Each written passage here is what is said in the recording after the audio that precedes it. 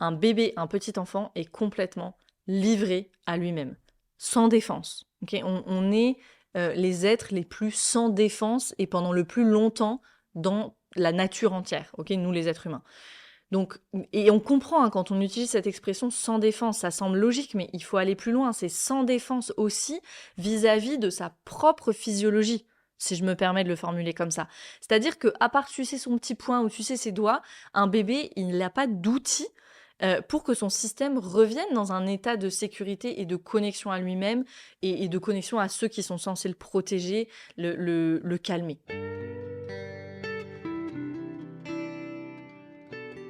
Bienvenue dans Pas de soucis, le podcast pour se libérer de l'anxiété avec Camille Thomas. Je suis Camille et avant d'être coach de santé, j'ai été une grande anxieuse. Je me suis libérée de l'anxiété le jour où j'ai compris que ce n'était pas dans ma tête. Pas de soucis, c'est le podcast pour celles et ceux qui sont fatigués par tout ce qu'ils ont essayé et qui savent qu'ils ont le pouvoir de guérir de l'anxiété naturellement. Alors si tu veux vivre sans anxiété et que tu as l'intuition qu'on ne t'a pas tout dit, ce podcast est pour toi. Je te retrouve tous les lundis pour explorer les pistes qui te permettront d'accéder au calme à l'intérieur de toi. Bienvenue dans ce nouvel épisode et dans cette toute nouvelle série sur le trauma développemental.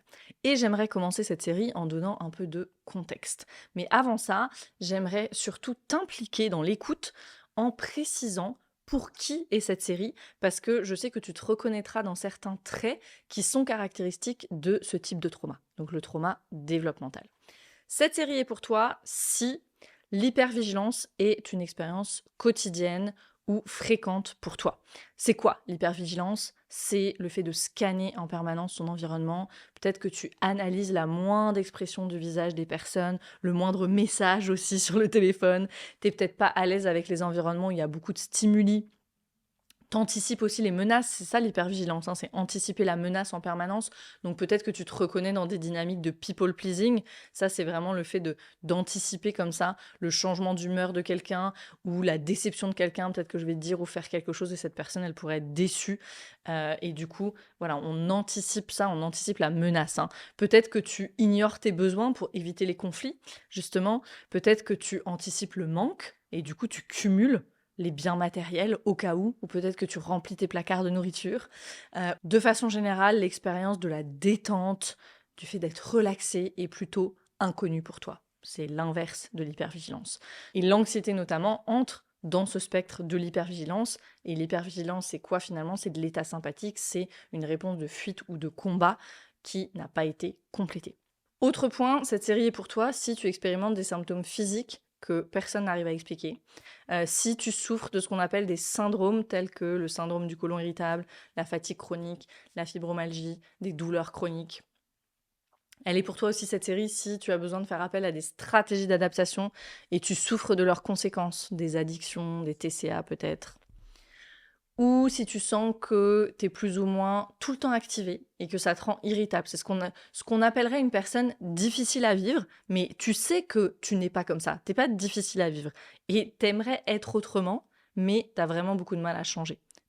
Tu peux pas t'empêcher de faire cette remarque parce que l'aspirateur est pas au bon endroit ou parce que ton partenaire a démarré la machine à laver avec toute sa bonne volonté mais n'a pas mis le bon programme, par exemple. Voilà, tout est, on dirait, t'es à cran. Peut-être que tu sens que tu aurais des choses à travailler, mais tu les évites, consciemment ou inconsciemment. Alors, comment on peut savoir qu'on évite quelque chose inconsciemment, si on n'en a pas conscience, justement ?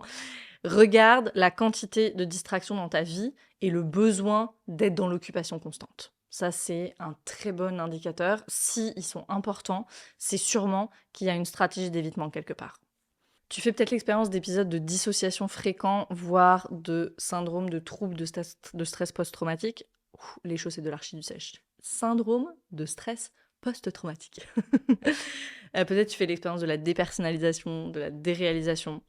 Ce qu'il y a aussi dans le trauma développemental, c'est que tu peux avoir des souvenirs d'enfance qui sont fragmentés, c'est-à-dire plutôt sous forme de flash, et tu n'arrives pas à les resituer dans une séquence temporelle qui a du sens. Ou alors, tu n'as pas de souvenir d'enfance. Tu n'as aucun souvenir d'enfance, ce qui est un signe aussi. Les parts protectrices de toi sont à l'œuvre. C'est comme si ta mémoire avait été effacée, en fait. Ou tu ne te souviens que des moments heureux, donc une mémoire sélective, alors que ton expérience actuelle, elle est marquée par tout ce que je viens de dire. Et tu dis, bah, il y a un décalage en fait, j'ai que des souvenirs d'enfance heureux et pourtant, tout ce qu'on vient de dire là, ça me concerne. Donc s'il y a ce décalage-là, il y a peut-être quelque chose à cet endroit-là. Si tu as une faible estime de toi, que de façon générale, tu n'as pas confiance en tes capacités de mener les choses à bien, peut-être que tu t'excuses pour tout, presque, voilà, tu te fais petit, tu t'excuses d'exister presque, tu vas facilement dans la culpabilité et la honte pour la moindre chose, tu vas tout le temps penser que c'est de ta faute, ça c'est vraiment des signes. Et enfin, si tu te demandes ce qu'il t'arrive, c'est-à-dire que tu expérimentes tout ce que je viens de citer, mais que tu comprends pas parce que t'as pas eu de traumatisme. Moi, j'ai eu une bonne enfance. J'ai pas eu de traumatisme. Tu peux avoir le sentiment général que quelque chose ne va pas sans arriver à mettre le doigt dessus. Ça, c'est assez typique comme expérience et c'est typique du trauma préverbal, voire même du trauma in utero, pour lequel il n'y a aucun souvenir conscient. Et on peut se poser beaucoup de questions si ça te parle, là, ce que je dis, on peut se poser beaucoup de questions, se dire qu'on est bizarre, essayer de mettre sous le tapis nos ressentis, parce que c'est vrai, c'est frustrant à la fin, si j'arrive jamais à donner du sens à ce que je ressens, par où commencer, quoi. Ça peut faire peur aussi, peur d'être fou, peur d'être folle, peur que ça change jamais, alors t'as appris à te couper de tout ça. Et ça, c'est une expérience commune, quand il y a trauma développemental. Voilà, donc comme tu peux le voir, le spectre de la façon dont le trauma développemental impacte notre expérience et au quotidien, ce spectre, il est large. Voilà, donc maintenant que tu sais que tu es concerné, ce qui est hyper important, je vais donner un peu de contexte à ce que je vais te partager dans ces épisodes et pourquoi est née cette série. Donc c'est ma maternité qui a fortement inspiré cette série, même si le sujet du trauma développemental et la honte qui s'y rattache plus tard dans la vie sont vraiment mes sujets de prédilection, de façon générale. Sujet de prédilection parce que la honte a fait partie de moi. Je n'étais que honte, en fait, pendant les 30 premières années de ma vie. Et en étudiant le trauma et en étudiant les différents types de trauma, j'ai compris que ça avait commencé beaucoup plus tôt que je ne le pensais. In utero déjà, dans le ventre de ma mère, on en parlera. Donc il y a ce premier contexte en background de cette série d'épisodes. Je donne du contexte parce que nos systèmes nerveux ont un fort besoin de contexte pour se sentir en sécurité. Donc c'est pour ça que voilà, je donne des explications un petit peu à cette série. Et il y a aussi une démarche militante, même si j'aime pas trop ce mot qui est un peu voilà, trop combatif, même violent à mon goût. Mais il y a cette démarche dans cette série puisque l'enfant et l'enfance sont des concepts, des êtres, des périodes de vie qui sont sciemment piétinés par notre société depuis des décennies. On pense voilà, à l'éducation noire dont parle Alice Miller. Les enfants doivent se taire, ne savent rien et ils doivent être éduqués. Et ici, je veux lire une merveilleuse citation du livre de Christiane Singer, Du bon usage des crises. Elle dit « Oui, les enfants sont des accoucheurs d'ombre. C'est la raison de leur affinité profonde avec leurs grands-parents, ces personnes âgées qui ont dépouillé leur masque, qui ont renoncé aux apparences, qui entrent dans leur vérité quand l'évolution de leur vie s'est passée comme elle se doit. Ils sont en mesure d'établir avec les enfants, chercheurs de profondeur, un rapport que personne d'autre ne peut créer avec cette perfection. D'où l'importance de cette rencontre de 2 générations d'authenticité. Oui, les enfants chambardent nos existences. Le malheur veut que nous nous chargions de leur éducation au lieu de les laisser faire la nôtre. Et tout le malheur vient de là. » Je crois que tout est dit dans ces quelques lignes sur les enfants et sur l'enfance. Et puis, il y a la technologie, les écrans qui perturbent l'attachement avec des algorithmes qui nous rendent tellement addicts qu'ils sont capables de détourner le parent qui a les meilleures intentions du monde de son enfant. Et je ne m'exclus pas de ça. La relation avec mon téléphone, elle a été, et elle est toujours parfois, vraiment complexe parce que j'ai énormément de travail dans mon téléphone et source de beaucoup de culpabilité au début, les premiers mois, avec Lila. Parce que le téléphone me donnait le sentiment de rester connecté au monde normal et me permettait de faire un peu autre chose ou de voir autre chose sans sortir de chez moi. Et en même temps, j'étais pas OK de l'utiliser quand j'étais avec elle, par exemple, ou quand je l'avais sur moi. Mais parfois, je le faisais quand même, je pouvais pas m'en empêcher. Et il y a de la honte à l'intérieur de moi quand je pense à ça, et quand je le partage aussi. Mais je crois que c'est important d'avoir le courage d'être honnête. Et il n'y a que comme ça qu'on peut rectifier son comportement s'il ne nous convient pas, et moi c'est le cas, se proposer de vivre autre chose. Et ici, dans ma démarche militante, d'amener de la conscience sur ces sujets. Parce que quand on voit des vidéos de peluches, et c'est quelque chose que j'ai vu sur Instagram, de peluches qui bougent toutes seules pour occuper un bébé pendant que la mère, elle est à côté sur son téléphone, et que les personnes partagent cette vidéo en mode c'est génial, ça fait peur. Donc, il y a un vrai sujet ici, qui est celui de l'attachement, et donc le sujet de comment les humains entrent en relation. Et c'est le sujet. Nous, on le voit au quotidien dans le programme Rise, et quand je dis nous, c'est moi et les coachs qui m'accompagnent dans le programme. Je le vois aussi quand vous m'écrivez sur les réseaux. Les relations, c'est un sujet qui éveille les passions, parce que c'est un sujet qui est si difficile pour un grand nombre de personnes. Déjà qu'il y a énormément de ruptures qui se produisent dans les relations humaines et qui ne sont pas toujours réparées, si on n'a plus que des interactions avec des peluches automatiques qui bougent toutes seules et des écrans, on est en train de créer des humains incapables d'interaction et pire, dont le système nerveux autonome au niveau physiologique ne fonctionne pas correctement puisque le système ventral, qui est notre système d'engagement social, notre système d'attachement, n'est pas utilisé. Et ça, ce sont des personnes qui ne sauront pas, au niveau inconscient, physiologique, automatique, autonome, qui ne sauront pas utiliser ce système de connexion, de sécurité, d'engagement social, qui ne sauront pas le faire physiologiquement, au niveau du système nerveux autonome. Ce qui entraîne aussi plein de problèmes de santé, puisque l'état ventral est indispensable à la régulation d'un grand nombre de processus physiologiques. Autrement dit, c'est dramatique ce qui se passe. Et puisqu'on est dans le thème du sombre constat, allons jusqu'au bout, avant de démarrer avec des explications et des pistes qui redonnent véritablement de l'espoir et surtout qui redonnent le choix et la maîtrise de notre expérience, le sujet de la naissance. Je le vois de façon très simple. Si on change les naissances, on change les personnes, et si on change les personnes, on change le monde. Voilà, l'épisode est terminé, merci beaucoup. Non. La naissance, c'est aussi un processus complètement naturel, oui, qui comporte des risques et qui ne se passe pas toujours comme on voudrait, comme dans tout dans la vie en fait. Un processus naturel qui a été complètement phagocyté par le monde médical. Et quand je dis phagocyté, c'est pour être sympa. Le mot juste, ce serait peut-être plus détruit.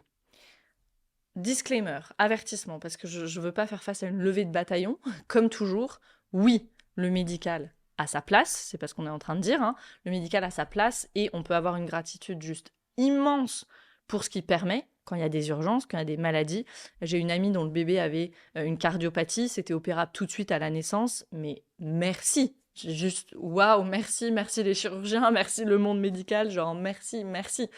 Oui, en termes d'attachement pour ce bébé, c'est pas idéal d'être enlevé à sa maman tout de suite après la naissance pour être opéré, de passer les premières semaines à l'hôpital, etc.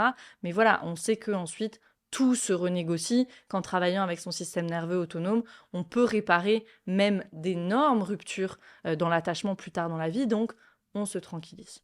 Okay ? Donc, je ne dis pas que le médical n'a pas sa place. Ce que je dis, c'est qu'il n'a pas sa place quand le processus se passe bien. Ce que je dis, c'est qu'on doit arrêter de faire peur aux femmes avec l'accouchement, qu'on devrait beaucoup mieux les accompagner avant avec tous les petits maux de grossesse qui nous pourrissent la vie et après dans le postpartum qui vient avec son lot de douleurs physiques et de souffrances psychologiques si on n'est pas préparé et soutenu. Et honnêtement, on ne l'est pas aujourd'hui. Le dernier épisode de la série sera consacré à mon expérience de grossesse, d'accouchement, de postpartum.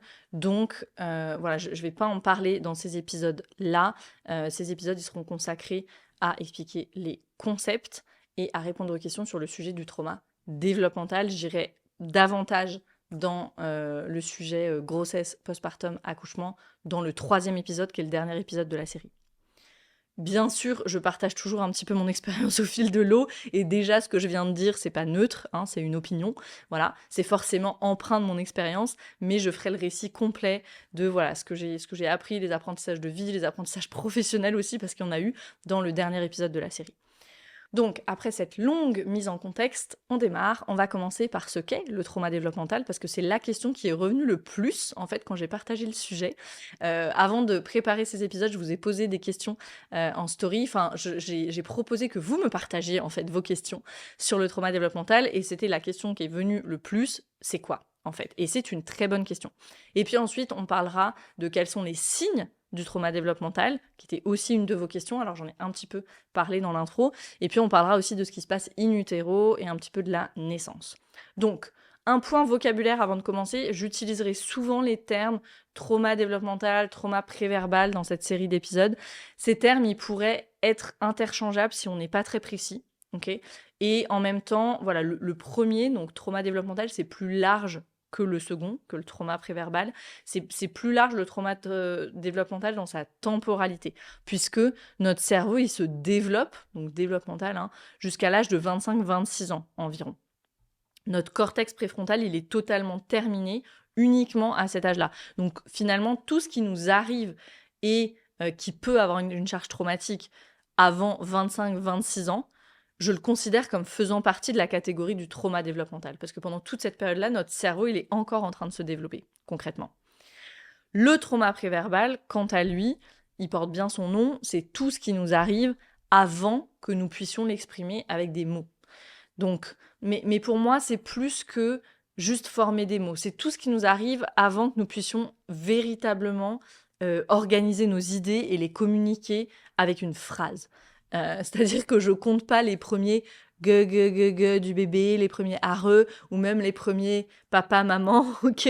Ça compte pas. On est encore dans le préverbal à ce moment-là, ok ? En tout cas, selon moi. Donc, je dirais que le préverbal, c'est de la conception, et même de l'idée de la conception et du désir d'enfant, jusqu'à environ 6-7 ans. Et le trauma développemental, c'est donc du désir d'enfant à 25-26 ans.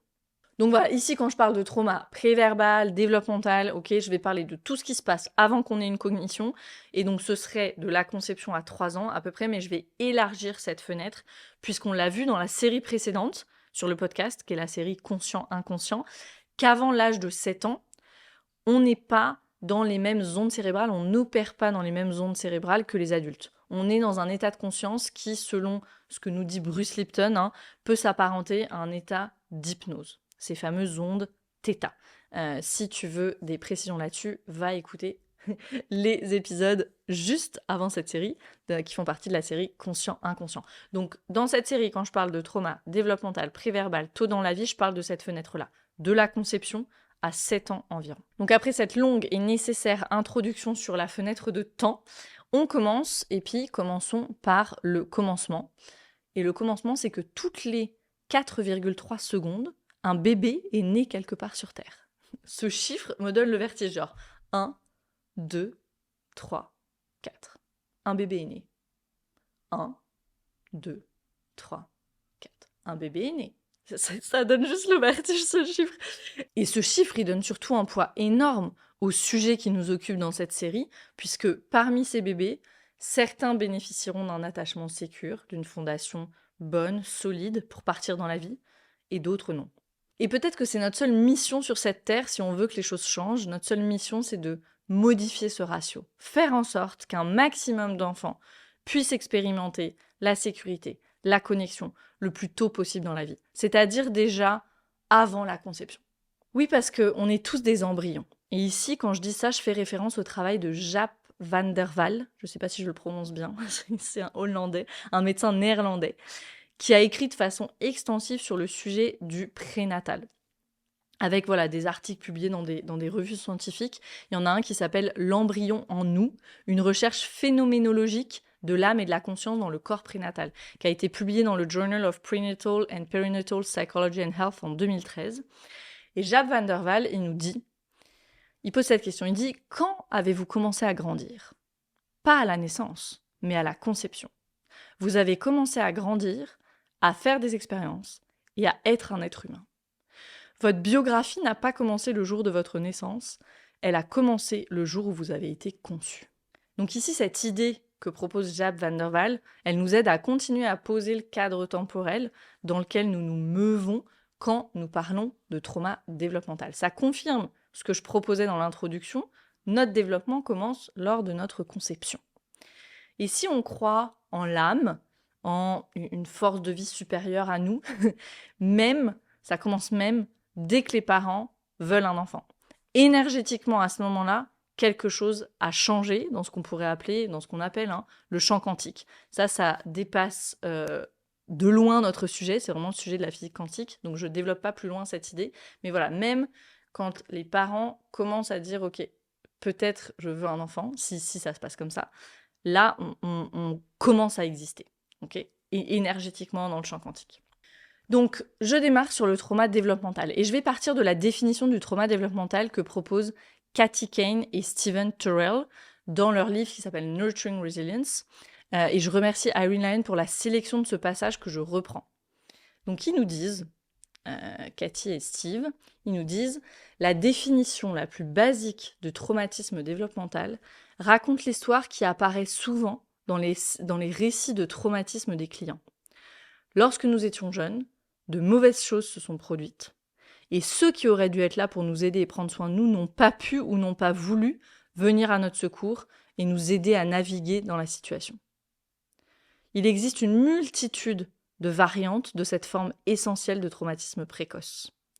Les expériences négatives ou effrayantes sont multiples, différentes raisons pour lesquelles ce qu'ils appellent les caretakers, donc les personnes qui prennent soin de nous, n'ont pas pu ou n'ont pas voulu nous réconforter, nous protéger ou nous aimer. Différentes façons dont nos caretakers ont essayé de nous aider sans y parvenir. Différentes façons dont nos caretakers ont été la source de la peur ou de la douleur. Donc qu'est-ce qu'ils nous disent ici ? Quand on est enfant, nos parents, ce qu'on va appeler les figures d'attachement, peut-être si on n'avait pas de parents, c'était nos grands-parents ou nos parents adoptifs, etc. Quand on est enfant, je veux dire que dans le terme parents ici, je vais juste utiliser le terme parent parce que figure d'attachement en français c'est un peu bizarre. J'utilise le terme parent et comprenez parents au sens large. Okay. Quand on est enfant, nos parents ils sont censés être source de connexion et de sécurité parce qu'on se le rappelle, les enfants n'ont pas ou très peu de capacité d'autorégulation. Et je vais répéter cette information de plusieurs façons parce que c'est super important à comprendre et à intégrer, surtout parce qu'on nous a asséné le contraire. Sans le dire, mais dans la façon dont les adultes se sont comportés pendant des siècles avec les bébés, avec les enfants, et plus récemment aussi avec ce que les experts, alors si tu m'écoutes en version audio, je fais des grosses guillemets avec mes doigts là en parlant, ce que les experts conseillent aux parents. Une parenthèse là-dessus en parlant des experts. Pendant mon postpartum, Mathilde y regardait la série Mad Men, qui raconte l'histoire de personnes qui travaillent dans une grosse agence de pub dans les années 60. Et parfois, je regardais quelques passages, voilà, je passais où j'étais là dans le canapé. Et évidemment, il a fallu que je sois là pour le passage, la fin d'un épisode, où la femme dans Mad Men, c'est une femme qui vient d'avoir un bébé, et on la voit la nuit se lever parce que son bébé pleure. Elle entend son bébé pleurer. Et on la voit s'arrêter devant la porte de la chambre du bébé. Donc déjà, il est dans une autre chambre. Premier truc. Elle s'arrête devant la porte de la chambre, elle regarde la porte, et on entend les pleurs hyper intenses du bébé. Et on la voit regarder, hésiter, et avec un regard désespéré de truc de... Oh, genre, un truc de... J'aimerais y aller, mais je peux pas. On la voit passer son chemin et disparaître dans le couloir sombre. Et là, l'épisode se termine. J'en ai cauchemardé la nuit, je vous promets. Il m'en faut peu, mais j'en ai cauchemardé la nuit. Mais voilà ce qui se passait dans les années 60. Voilà ce qu'on conseillait aux parents. Ce que les experts conseillaient aux parents. Il faut laisser les petits pleurer, crier, parce que ça va muscler leurs poumons. Okay, et donc, moi, je suis allée interroger ma grand-mère en mode inquisition. Tu faisais ça, toi ? Parce que ma grand-mère, ma mère est née en 67, donc c'est ça, hein, c'est les années 60. J'étais là, tu faisais ça, toi ? Et elle m'a répondu qu'elle avait jamais laissé pleurer parce que juste elle pouvait pas et ça avait pas de sens pour elle. Donc j'étais là. Mais voilà, je répète cette information sur l'absence de capacité de régulation.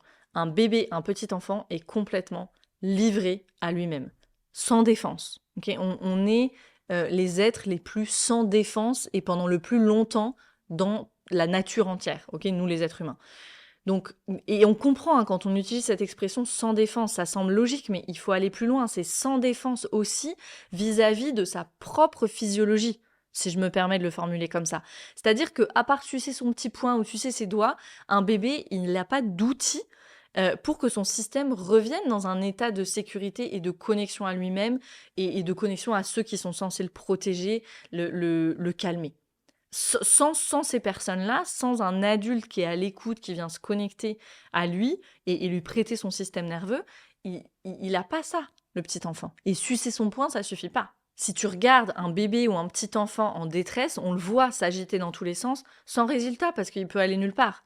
Un bébé tout au début, il peut à peine se tourner sur le côté. Il n'a même pas de défense contre l'inconfort d'une position, contre le fait d'avoir trop chaud, le fait d'avoir sa couche remplie, etc., etc. Sans adulte présent, attentionné, et attentionné ici c'est le mot clé, c'est-à-dire un adulte assez présent et connecté à son propre corps et à ses propres signaux pour capter ceux de son bébé, point de salut pour le bébé. Pas de retour à la sécurité et à la connexion.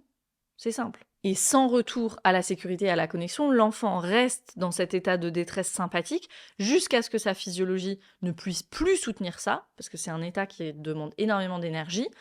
Et là, l'enfant, le bébé, tombe dans ce qu'on appelle l'état dorsal. Si tu as l'échelle polyvagale en tête, on descend d'un étage sur cette échelle polyvagale, et on est dans cet état dorsal de conservation d'énergie, état qu'on est censé utiliser uniquement quand on est en danger de mort. Et le truc qu'il faut comprendre ici, c'est qu'un bébé dont les besoins ne sont pas remplis, il est en danger de mort. Si le sein ou le biberon n'arrive pas, si sa température n'est pas régulée en ajoutant des vêtements ou en enlevant, en changeant de lieu, peut-être s'il n'est pas accompagné vers le retour au calme quand il est en détresse, l'enfant, il est véritablement, physiquement en danger. Moi, j'avoue que je comprends pas trop les phrases du type « dormir comme un bébé »,« ça doit être trop bien d'être un bébé ». J'en suis pas si sûre. Je pense que c'est très exigeant et très demandant d'être un bébé et épuisant aussi et incertain. Dès que les conditions, elles sont pas optimales, et c'est rare qu'elles le soient parce que voilà, life happens, je pense que c'est pas très confortable à plein de moments d'être un bébé.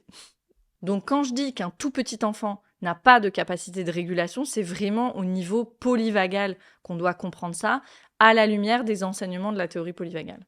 Je ne vais pas aller dans le détail de la théorie polyvagale ici. Si tu veux geeker sur la théorie polyvagale, va écouter l'épisode 83 du podcast qui faisait partie de la série qui s'appelle Back to Basics.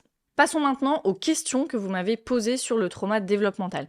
Ici, j'ai rassemblé les questions qui avaient trait à la définition du trauma développemental et elles étaient quasiment toutes en rapport avec la période de la grossesse et de la naissance. Et je veux commencer cette dernière section de l'épisode avec cette phrase de Jaap van der Wal, à nouveau, et je vais la dire en anglais, puis après je vais la traduire en français parce qu'elle est forte en anglais, je trouve. Il nous dit « You don't come from your parents, you come through your parents ». Donc, on ne vient pas de ses parents, on vient à travers ses parents. Et cette phrase, elle me plaît beaucoup parce que c'est une phrase qui fait vraiment écho à ce que j'ai toujours dit quand j'étais enceinte et puis ensuite quand j'ai accouché. Moi, j'ai toujours dit, j'ai pas donné la vie, j'ai reçu la vie. Et ici, c'est presque philosophique, mais c'est un postulat important, aussi pour notre sujet. En tant qu'humain, nous sommes le véhicule du vivant. La vie passe à travers nous. La force de vie, elle opère sa magie en nous. Elle décide de prendre racine en nous quand les conditions sont réunies et le résultat, dans le cas dont on parle, c'est un nouvel être humain. Okay. Et je crois que rappeler ça, c'est important avant de répondre aux questions sur la grossesse, sur la naissance, parce que cette façon de considérer les choses, cette façon de considérer la vie, elle nous invite à l'humilité. Et à mon sens, elle enlève aussi une pression inutile qui est mise sur les parents et sur les mères en particulier, puisque voilà, leur corps aux mères est physiquement le véhicule de la vie. Je crois que avoir ce sens de la vie passe à travers moi, ça enlève beaucoup de pression. Et ce que je veux dire aussi, c'est que s'éduquer sur le trauma, sur la théorie polyvagale, sur le trauma développemental, ce qu'on est en train de faire ici, c'est génial, mais pas si ça augmente l'anxiété et les exigences et les attentes déjà hyper élevées qu'on a envers nous-mêmes et qui finalement nous amènent plus de stress que de paix intérieure. Donc l'éducation, oui, pas au prix de notre paix d'esprit. Et un mantra que je te propose, si tu es peut-être dans une de ces périodes où tu essaies de concevoir, ou peut-être que tu es enceinte ou en postpartum, je m'adresse plus aux femmes ici, c'est un mantra qui a été vraiment le mien pendant toute cette période. Je me disais toujours, la vie passe à travers moi, ou la vie est passée à travers moi une fois que j'avais accouché, et je fais de mon mieux. La vie passe à travers moi et je fais de mon mieux. Et la vie continue de passer à travers moi et je continue à faire de mon mieux. Et moi, ça a vraiment dû être un mantra parce que, avec tout ce que je sais sur l'attachement, si ma tête avait pris le relais et que j'étais partie dans ce que je sais théoriquement, ça aurait été très difficile à plein de moments. Et encore maintenant. Et encore maintenant, il y a parfois ce conflit entre ce que je sais et ce que je sens, par exemple. Quand les parents de Mathis, par exemple, viennent, donc les parents de mon mari, Je suis tellement heureuse d'avoir du relais, de pouvoir faire autre chose pendant quelques heures, et je vois que les journées, elles sont plus calmes, elles sont plus faciles. Sa maman, elle vient une journée par semaine, elle nous aide, etc. Et c'est là aussi que je vois qu'il faut vraiment un village, hein, pour élever un enfant, et que la nature l'avait prévu comme ça, mais ça, c'est un autre sujet. Et en même temps, ses parents, je les vois, je les entends avec elle, et souvent, je les sens et et je les entends tellement déconnectés. Ils croient que il faut l'animer tout le temps, et ils parlent super fort, et moi, je capte très souvent bien avant eux que ça y est, elle se désengage, par exemple, elle tourne le regard, et eux, je vois qu'ils remarquent pas ça. Et ils continuent à faire des grimaces, à lui parler, d'ailleurs, comme si elle était débile. Moi, je parle à Lila comme à une adulte, je pense pas qu'il faille grimacer, et qu'on doive parler aux bébés comme à des bébés. Je pense qu'ils comprennent tout, à un autre niveau, mais qu'ils comprennent tout, même si c'est pas forcément sur le même plan, mais voilà, ça c'est moi. Et bref, ils chantent fort, ils font des grimaces et tout. Et si moi je suis là, et puis je me dis qu'elle va être traumatisée à chaque fois que ces rythmes d'engagement et de désengagement sont pas respectés à la minute ou à la seconde près, je vais amener mais tellement de stress dans l'espace en fait. Et je vais sûrement me disputer avec mon mari parce que je vais lui demander de parler à ses parents, et puis il saura pas quoi leur dire parce qu'il comprendra pas ce que je veux, etc. Et puis que ces concepts sont tellement étrangers, leur sont tellement étrangers à eux que voilà, quoi leur dire. Et eux, ils sont juste là, voilà, dans leur joie, dans leur enthousiasme, justement un petit peu trop parfois, mais voilà, d'avoir leur première petite fille, et puis ils font de leur mieux, en fait. Ils font de leur mieux avec ce qu'ils sont, avec ce qu'ils savent. Et il y a des jours où, voilà, c'est moins facile que d'autres, pour moi, de lâcher ça. Mais je sais aussi que pour l'harmonie globale, et les enfants, ils sentent tout ce qui se passe entre les adultes, hein, donc ils sentent s'il y a de l'harmonie ou s'il y a de la discorde. Je sais que pour l'harmonie globale, dans ces moments-là, c'est à moi de me réguler, de demander à la part de moi qui a toute cette connaissance et qui veut que tout soit fait en fonction de cette connaissance, que tout soit au millimètre près pour Lila, de me faire un peu d'espace. Voilà, demander vraiment à cette part de moi, est-ce que tu peux me faire un peu d'espace, de déposer mes peurs, c'est à moi de faire ce travail-là dans ce moment-là. Et cette part de moi, souvent, elle est déçue par moi, parce que je suis pas parfaite, parce que je fais pas tout au millimètre près, je fais pas tout en fonction de ses connaissances. Elle est déçue parce que parfois je prends mon téléphone, parce que parfois je vois sa tête qui est tournée, qui est attirée par la lumière de la télé, parce que voilà, Mathis regarde une série et puis je suis fatiguée là, dans ce moment-là, et du coup je la laisse une minute regarder, et ou j'oublie de la prévenir quand je la mets dans les bras de quelqu'un d'autre, ou je la mets au lit et puis je suis en train de penser à autre chose. Cette part de moi, elle est pas contente dans tous ces moments-là, et je l'entends à l'intérieur de moi me dire t'as pas assuré, t'as pas assuré, et je sens la culpabilité arriver avec ses gros sabots. Et à chaque fois, je me demande pardon à l'intérieur, et à ces parts-là aussi, et je réinvite ce mantra. La vie passe à travers moi, la vie est passée à travers moi, et je fais de mon mieux, et je continue à faire de mon mieux. Et parfois, c'est la culpabilité qui gagne la manche. Alors, je m'autorise à la ressentir. Et parfois, je pleure un bon coup parce que là, c'est vraiment trop. Et puis, ça passe. La vie passe. Et je continue à faire de mon mieux. Et je vais vers une ressource. Et je vais vous dire, à tellement de moments, et pourquoi je raconte ça? Déjà, pour peut-être déculpabiliser des mères, des pères qui m'écoutent. Et puis pour voilà, partager qu'à tellement de moments, j'ai ressenti une gratitude immense, même dans les moments difficiles, pour tout le temps, l'engagement, la dévotion que j'ai eue, moi, dans ma guérison ces dernières années. Parce qu'il n'y a rien de plus précieux dans ces moments-là que de pouvoir stopper une boucle de pensée noire, de pouvoir stopper la culpabilité, de pouvoir stopper la part critique au bout de juste quelques secondes, parce qu'on est capable de revenir, de se réorienter, d'aller vers une ressource. Il n'y a rien de plus précieux dans ces moments-là que cette compétence-là. Et c'est une compétence. Surtout quand on connaît les chiffres sur la santé mentale des mères. Je ne vais pas m'étendre sur ce point. J'en parlerai plus avant dans le dernier épisode de la série, parce que je parlerai aussi de ma propre santé mentale. Mais je vais juste citer cet article du Point. Enfin, je vais citer juste le titre de l'article. C'est un article du Point de 2023. Et le titre de l'article, c'est « Le suicide est la première cause de mortalité des jeunes mères ». Et c'est des chiffres que j'ai retrouvés à plein d'endroits. Donc il y a un vrai sujet à cet endroit-là. Donc voilà pourquoi il n'y a rien de plus précieux que cette compétence quand je dis de pouvoir stopper une boucle de pensée noire. D'aller vers une ressource, de se réorienter, autrement dit de retrouver notre chemin vers le ventral, vers cet état de sécurité, de connexion. Et je crois tellement important de connexion à nous-mêmes dans ce moment où on est avec des bébés, des petits-enfants, où peut-être on a moins de temps pour cette connexion à nous-mêmes, tellement important de pouvoir rapidement retrouver notre chemin vers ça. Donc je passe à vos questions et j'en ai sélectionné 4 qui résumaient un peu toutes les autres questions. La première question, c'est: est-ce que la naissance n'est pas un trauma en soi? C'est une très bonne question. Certains disent que c'est un trauma en soi, oui. Ça fait penser à la citation de la série The Good Place qui dit Birth is a curse and existence is a prison. La naissance est une malédiction et l'existence est une prison. On pense aussi au livre de la Genèse, dans la Bible, où Dieu dit à Ève, tu enfanteras dans la douleur. Et ça, tout ça, le châtiment divin, il a sûrement permis pendant longtemps d'expliquer et même de justifier la souffrance de l'accouchement. Sans doute aussi pour lui donner du sens, parce qu'il n'y avait pas tellement d'autres explications. Le fait qu'une naissance puisse être traumatique pour la mère, ça fait aucun doute. Le fait qu'elle puisse l'être pour le bébé, pour l'enfant, ça fait aucun doute non plus.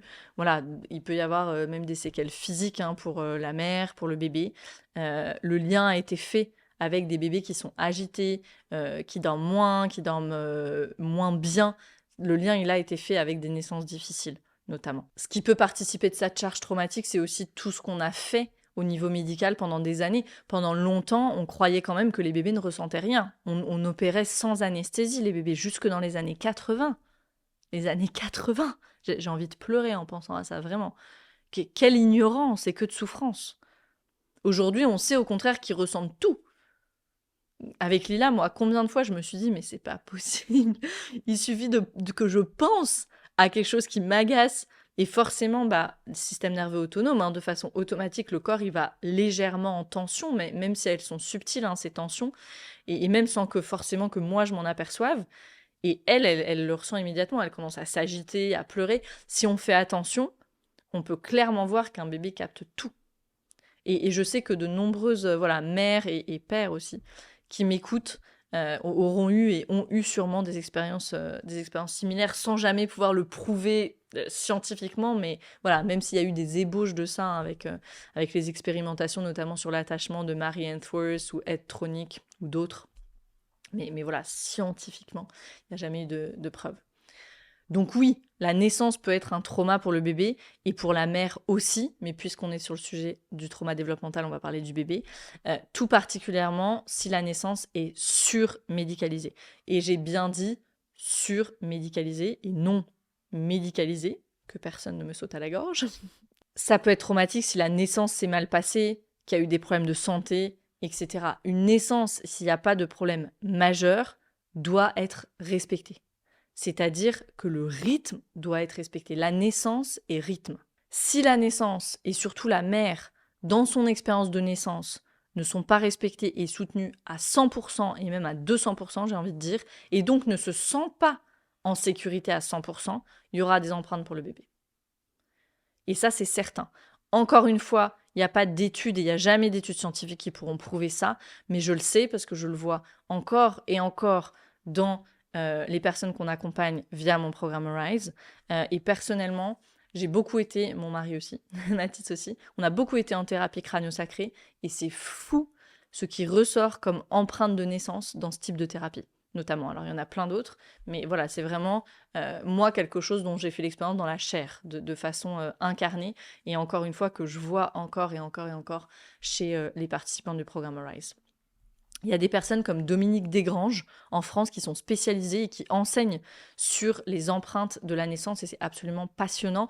Aux États-Unis, il y avait, parce qu'il est décédé maintenant, le docteur Ray Castellino qui est vraiment un des grands pontes de cette thématique. Donc si tu veux aller regarder, va regarder le travail de ces personnes-là.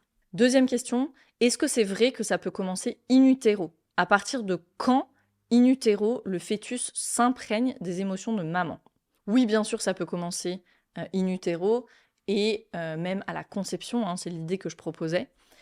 On sait que le fœtus ressent le stress. Il y a plein d'études là-dessus. Au 3e trimestre de grossesse, si les parents y posent les mains sur le ventre, c'est pas rare qu'une petite main ou un petit pied vienne se poser de l'autre côté. Donc c'est quand même juste dingue la communication déjà qui se fait in utero. Et c'est super intéressant. Un point très intéressant, c'est que le toucher est le tout premier sens à se former. Le développement du toucher commence à peu près à 8 semaines, ce qui est tellement tôt en fait. Le sens du toucher, il commence par le développement des récepteurs sensoriels du visage, principalement les lèvres, le nez, et après au cours des mois suivants, il y a des récepteurs tactiles, du coup du toucher, qui commencent à se développer sur d'autres parties du corps. la paume des mains, la plante des pieds à 12 semaines à peu près, l'abdomen à 17 semaines. Donc, in utero, il se passe tellement de choses et le bébé ressent déjà, rien qu'à partir de 8 semaines par le toucher. Donc, quand on perd un bébé aussi, c'est peut-être une parenthèse que j'ouvre ici, mais quand on perd un bébé, comme moi après 3 mois de grossesse, qui a été ma première expérience de grossesse, ce qui est fréquent, même si c'est déjà assez tardif, 3 mois, et que cet événement n'est reconnu nulle part. Tu dois retourner travailler dès le lendemain, comme si de rien n'était, ou tu dois poser des jours à ta charge. Et il n'y a pas de manuel, il n'y a pas de rituel, il y a vraiment peu de soutien. Moi, quand je pense que c'était un petit bébé qui sentait déjà ce qui se passait dans ses pieds, dans ses mains, je me dis qu'il y a vraiment un problème dans notre société. Qu'il n'y ait pas de soutien à cet endroit-là. Je referme la parenthèse. À partir de quand, in utero, le fœtus s'imprègne des émotions de maman? On va plutôt parler ici du stress de la mère qui peut être déclenché et s'accompagner de certaines émotions. Ça dépend comment la mère vit les choses. Encore une fois, le trauma n'est pas dans l'événement, il est dans le système nerveux. Il y a des dizaines, des centaines d'études qui font le lien entre le stress prénatal, comment va se passer l'accouchement et les conséquences sur la santé physique et émotionnelle de l'enfant plus tard dans son développement. Donc ça, c'est un lien qui est établi dur comme fer, je dirais. Et c'est logique. L'activation de la réponse de stress de la mère, elle entraîne des modifications de l'activité endocrinienne, donc l'activité des hormones, il y a des hormones de stress qui sont libérées, et de l'activité inflammatoire. Et le corps de la mère, c'est l'environnement de l'enfant. Et quand j'étais enceinte, c'était une pensée qui me donnait le vertige, ça. Je me disais, j'évolue dans le monde, et maintenant, je suis le monde de quelqu'un. Genre, mon corps est devenu un monde. C'est un peu vertigineux, cette pensée, non? Donc, voilà, bien sûr, c'est logique pour répondre à la question. L'enfant ressent le stress de la mère et surtout le ressent sans contexte. L'enfant, il n'a pas d'explication ou de visibilité sur ce qui se passe dehors, donc il reçoit juste le stress. Okay, d'où l'importance de prendre soin de ça, si on peut au maximum, et de soutenir les mères. Troisième question. Une mère qui a peur de mourir lors de l'accouchement, est-ce qu'il y a des conséquences sur le bébé? Ce que je peux imaginer, ce que je lis un peu sous la question, c'est j'imagine que cette peur, elle provoque du stress pour la mère. Donc oui, je renvoie à la réponse du dessus. Hein. Ici, ça serait intéressant de travailler au niveau des croyances, au niveau transgénérationnel, et je vais peut-être partager mon expérience ici, parce que moi j'avais cette peur, mais je le savais pas. Je l'avais au niveau subconscient. Et j'ai fait beaucoup de travail avec le subconscient, j'ai fait beaucoup de psyché pour préparer mon accouchement, parce que je voulais un accouchement naturel. Et donc j'ai beaucoup travaillé sur mes peurs. J'avais une peur bleue de l'accouchement, vraiment. Et je voulais remplacer ces peurs par des croyances qui seraient à mon service. Et au fil de mes réflexions, je me disais justement que j'allais programmer quelque chose comme tout passe, et puis je vais survivre à ça en fait. Au niveau le plus basique. Et en testant au test musculaire, je survis à l'accouchement, ça testait faible. Donc, imaginez la lourdeur de cette croyance. J'avais la croyance, en gros, que j'allais pas survivre à ça. Et c'est pas tellement mystérieux d'où elle vient, parce que ça fait très peu de temps, finalement, si on regarde la timeline de l'histoire, hein, ça fait très peu de temps, finalement, dans l'histoire du monde, que les naissances sont médicalisées et qu'il y a peu de décès sur le nombre de naissances. Peu de décès d'enfants et encore moins de mères. Ça ne veut pas dire qu'il y en a pas, hein, et il y en a, et si vous avez traversé ça, je ne nie absolument pas votre expérience. Je dis seulement que statistiquement, c'est beaucoup moins fréquent qu'avant. Nos arrière-arrière-grand-mères, elles entendaient régulièrement qu'une femme était morte en couche.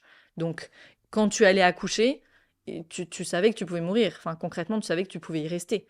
Et les femmes, elles étaient d'un courage qui me donne beaucoup d'émotions, moi, qui me donne une émotion hyper intense. Et donc cette croyance qui était réelle, hein, qui n'était pas une croyance, qui était réelle, qu'on ne puisse pas survivre, qu'elle se soit passée de génération en génération, ça a du sens. Et c'est important, je crois, d'en prendre conscience et nous de nettoyer ça avant, si on peut. Donc oui, pour répondre à la question, est-ce qu'il y a des conséquences sur le bébé? Il y a des conséquences si c'est une croyance qui amène du stress et de la peur, et j'imagine que c'est le cas. Dernière question, si on ressent des émotions difficiles enceinte, est-ce utile de dire à son bébé qu'il n'y est pour rien? Je dirais oui. Oui, parce que je le disais, je crois qu'ils comprennent tout. Et surtout, si tu as l'espace de dire à ton bébé qu'il y est pour rien, c'est que quelque part, toi, tu as accès à de la régulation. Et donc, ça veut dire que tu es capable de faire baisser ta réponse de stress, ce qui est super bénéfique, on l'a vu, hein, pour le bébé. Parce que c'est ce que je disais, je vais revenir un petit peu sur cette histoire de contexte que j'évoquais tout à l'heure. Il faut vraiment s'imaginer que le bébé, il n'a pas de contexte. Ok, il est à l'intérieur, il voit pas ce qui se passe à l'extérieur. Et ça, on l'apprend dans le travail avec le système nerveux. Pour se sentir en sécurité, un humain a besoin de contexte. Le bébé n'en a pas, il sait pas ce qui se passe. Il reçoit juste une douche d'hormones de stress. Et si c'est tout le temps ça, le fameux stress chronique, la conclusion subconsciente, elle ne peut être que le monde à l'extérieur doit être dangereux. Je reçois du stress en permanence. Et c'est quelque chose qu'on voit fréquemment chez les personnes qui viennent travailler sur leur traumatisme, cette croyance-là, le monde est dangereux. Et cette croyance, elle peut dater déjà de in utero. Et si je crois que le monde est dangereux, c'est pas étonnant que je développe des phobies, de l'anxiété à propos de tout, que je me sente jamais vraiment en sécurité, que mon corps soit en tension constante. C'est totalement logique, ça a du sens. Je me prépare à l'impact, il y a du danger. Donc oui, si tu traverses des périodes challengeantes, des choses difficiles dans ta vie, qu'il y a des émotions difficiles associées, le fait de dire à ton bébé « Ok, t'y es pour rien » et qu'il y ait cette communication-là, ça veut dire que déjà, toi, t'as accès à une forme de régulation. Donc ça ne peut être que bénéfique. Donc voilà pour notre premier épisode de la série sur le trauma développemental, sur ce qu'est le trauma développemental, donc tout ce qui nous est arrivé entre notre conception et l'âge de 7 ans. Je rappelle que les fenêtres de temps sont les miennes, ok ? Peut-être que tu liras autre chose ailleurs. Prends ce qui a du sens pour toi, parce que finalement, ce point théorique-là, ça sert aux explications que je donne, mais ça n'a aucune importance quand il s'agit de faire le travail sur tes traumatismes. L'important, c'est ton expérience, l'important, c'est l'expérience de chacun, de chacune. Donc voilà pour cet épisode, on se retrouve bientôt pour le deuxième épisode de la série dans lequel on parlera des conséquences du trauma développemental et comment travailler avec ce type de traumatisme. Merci pour ton écoute, merci pour ta confiance et comme d'habitude, n'oublie pas de partager cet épisode avec quelqu'un qui aurait besoin d'écouter tout ce dont je viens de parler. Merci encore et à très vite.